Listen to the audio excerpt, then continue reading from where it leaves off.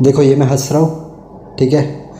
अब ये स्माइल के पीछे कितनी सारी चीज़ें होगी ये कोई नहीं जानता है। हर इंसान की एक मूवी चल रही है। हर इंसान खुद की लाइफ में एक हीरो है जिसकी लाइफ में बहुत सारी चीज़ें आती है और वो बहुत सारी चीज़ों से गुज़रता है, अपने आप को स्ट्रॉन्ग भी रखता है, पर कहाँ ना कहाँ आकर वो टूटता है। और ऐसा ही कुछ हुआ आज आशिका के साथ, जो पूजा भट्ट ने मार्क किया। आशिका आई, 3 दिन हुआ। आशिका को कल से कहा जा रहा है तू ठंडी है, बोरिंग है, इमेज कॉन्शियस है। उसे ज़ीरो का टैग दिया गया। जब जिया को बुलाया गया उसके लिए, तब वो थोड़ी दिखाई दी, मतलब तब उसने थोड़ा रिएक्ट किया, तब उसने थोड़ा कुछ डांस के स्टेप की, बट उसके अंदर बहुत कुछ था। पर जब उसे वो शौक दिया, वहाँ पर वो रोई। रोने के बाद सबको लगा वो शौक से रोई। हाँ, वो शौक से रोई। पर उसके बाद जब एल्विस के साथ आशिका को बुलाया गया, तब वो जो रोई, वहाँ पर वो टूटी। और वहाँ पर वो टूटी और उस वक्त पूछा गया, आप असिस्टेंट किसको बनाना चाहोगे, एल्विस को या आशिका को जो घर का सब काम करेगा। तो लोगों की नज़र थी आशिका के ऊपर, ऐसा नहीं था नहीं थी, बट डायरेक्ट नज़र चली गई एल्विस के ऊपर और सब लोग हंसने लगे, एल्विस को बनाई गए। अब पूजा भट्ट जो है, मैं जैसे बोलता हूँ, हर इंसान जो है वो 100% राइट नहीं होता है। अगर हर इंसान 100% परफेक्ट हो तो फिर वो ऊपर वाला बन गया ना वो। तो हर इंसान में थोड़ा प्लस रहेगा तो थोड़ा माइनस रहेगा।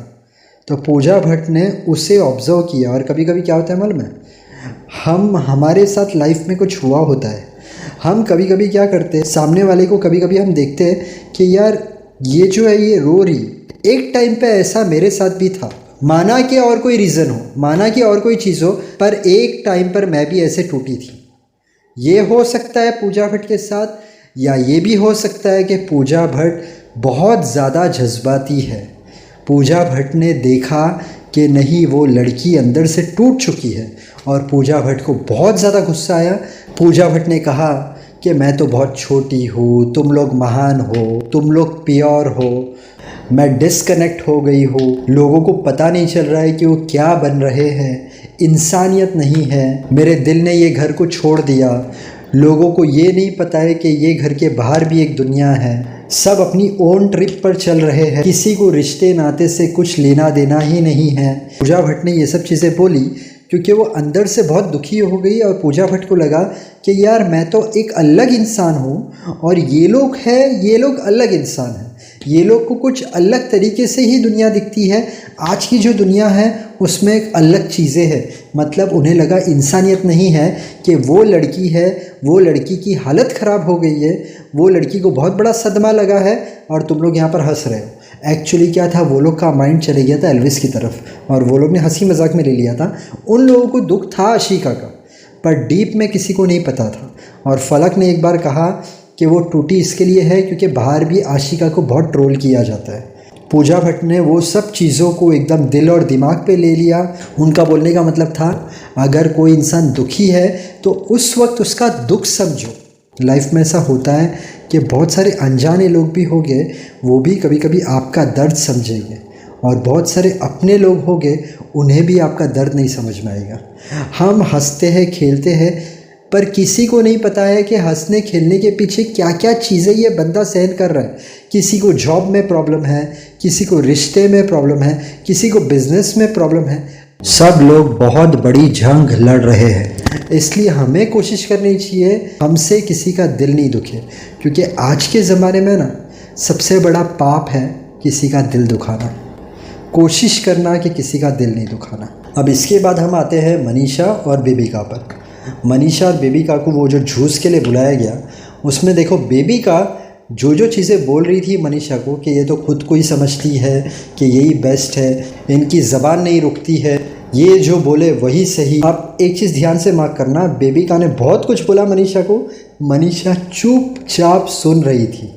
अब उसके बाद आती है मनीषा की बारी बेबिका को बोलने की। तो मनीषा ने शुरू ऐसा किया, ये इस तरीके की कड़वी है कि ये लोगों को उस लेवल तक लेके जाती है कि फिर लोगों के हाथों कोई गलती हो जाए। आगे बेबिका ने क्या चीज़ की मैं आपको बताता हूँ। जब ये बात करती है तो ये लोगों के साथ बदतमीज़ी से बात करती है।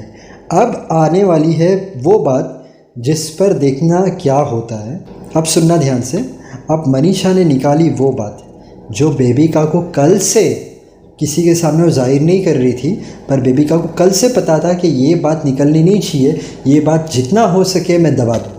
मनीषा ने जैसे कहा कि बेबिका ने मनीषा को कहा था कि मर्दों को देखकर ये फिसलती है, वहाँ पर ही बेबिका ने चिल्लाने का चालू कर डाला।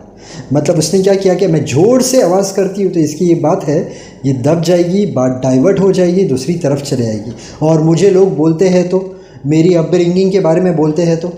जब आप बोल रहे थे बेबिका, तब मनीषा चुप थी कि वो जो बात है वो आपको खुद को पता है, वो बात बहुत बुरी है, मर्दों को देखकर ये फिसलती है, वहाँ पर आप फॉल्ट में हो, तो आपने वो बात को दबा दिया। और खैर, अगर बेबिका समझ गई होगी दिल के अंदर तो होप कि वो ऐसी बात दोबारा ना करे। हाँ, मनीषा ने एकदम पॉइंट टू पॉइंट बात की। उसके बाद मनीषा ने कहा कि ये क्या करती है कि आज ये लोगों की बुराई कर रही है, जैसे अविनाश और जिया की, तब इसकी मेरे साथ दोस्ती है, पर अगर कल को मेरी और इसकी दुश्मनी हो गई तो ये किधर चली जाएगी? अविनाश और जिया के पास, जिनको कल वो गालियाँ दे रही थी। तो ये भी बेबिका का दिमाग मनीषा ने बताया। अब जब अभिषेक को बुलाया गया पूजा भट्ट के साथ, तो पूजा भट्ट का एक प्रॉब्लम है ना कि अगर कोई पूजा भट्ट को कुछ गलत बोलता है तो बहुत सारे टाइम वो डाइजेस्ट नहीं कर पाती है। अभिषेक ने कहा कि इनका ऐसा है कि कभी कभी ये क्या करती है, आउट ऑफ द वे जाके अंडर द बेल्ट बात करती है। इसका मतलब था जो जिया के सामने पूजा भट्ट ने बात की थी, अंडर द बेल्ट मतलब एक गाली भी निकल गई थी, तो अभिषेक उसी के बारे में कह रहा था कि इस तरीके से मैं इन्हें कड़वी कहूँगा। और उसके बाद पूजा भट्ट को कहा बोरिंग। तो बोरिंग इसलिए कहा क्योंकि अभिषेक का कहना ये, इनके साथ अगर मैं बैठता हूँ तो 5 या 7 मिनट के बाद मुझे समझ में नहीं आता कि मुझे अभी और क्या बात करनी चाहिए।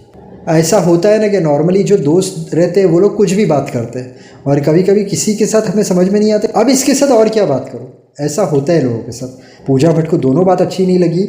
उसमें पूजा भट्ट ने अभिषेक को कहा कि तुम्हें समझ में नहीं आती मेरी बात, तो मैं कैसे बोरिंग हो गई।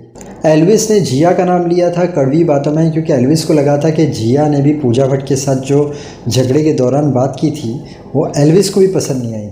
जैसे थोड़ी बहुत एक्टिंग की थी ना जिया ने, वो एल्विस ने देखी होगी और वो एल्विस को अच्छी नहीं लगी होगी। ये लोग ने फलक को कल के से ही कहा कुछ करो, जिया को कहा तुम कंफ्यूज लग रही हो, उसके बाद जान करके एल्विस को असिस्टेंट बनाया है कि कहा ना कहा और कुछ पंगे हो सकते हैं। किसने एल्विस को काम करने बोला, और अगर एल्विस ने काम नहीं किया तो पंगे, झगड़े, टीआरपी।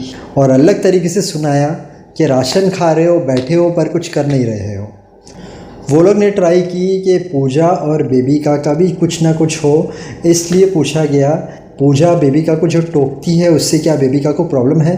मतलब ये लोगों को कहा ना कहा किसी ना किसी में कुछ ना कुछ मिर्च मसाला डालना है ताकि बॉम्ब फूटे, और बॉम्ब फूटे तो क्या होगा, झगड़ा होने के बाद क्या होगा, टीआरपी बढ़ेगी। और फिर ये चीज़ कही जाती है कि सिर्फ झगड़ा नहीं चाहिए, आप अपने आप को दिखाओ, अपनी पर्सनैलिटी भी दिखाओ। वैसे तो पर्सनैलिटी निकलती है, सब एक दूसरे के पीछे एक दूसरे की बात कर रहे हैं, कोई भी एकदम तो चुप नहीं बैठा है, सब अपने अपनी तरीके से कर रहे हैं, फिर भी इन्हें पुश किया जा रहा है क्योंकि इतना खर्चा करेंगे, इतना बड़ा शो बनाएंगे तो ये लोग भी एक्सपेक्ट करेंगे कि टीआरपी बहुत हाई जाए। आने वाले दिनों में हम लोग देखेंगे डेफिनेटली आशिका का किसी ना किसी के साथ कुछ ना कुछ होगा।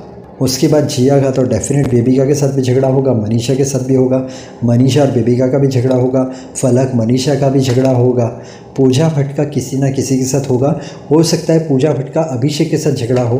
एक बहुत इंपॉर्टेंट चीज़, अगर आपको वीडियो पसंद आए तो लाइक का बटन दबाना भूलना मत, और मेरे बाकी वीडियोज़ देखना। अगर बाकी वीडियोज़ भी पसंद आते हैं तो सब्सक्राइब का बटन दबाना भूलना मत। ये हो गई बिग बॉस की बातें। अब हम करते हैं हमारी बातें।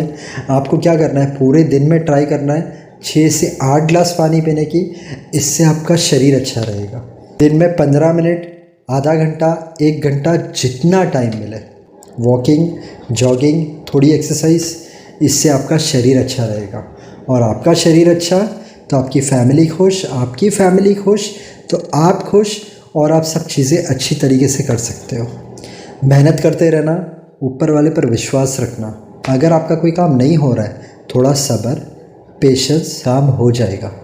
फेल होने से कभी डरना मत, उसमें से कुछ सीखना। हर इंसान जो दिल से मेहनत करता है, माँ बाप को खुश रखता है, सबसे अच्छी तरीके से रहता है, उसे कामयाबी ज़रूर मिलती है। Thank you so much. God bless and wish you a very happy life.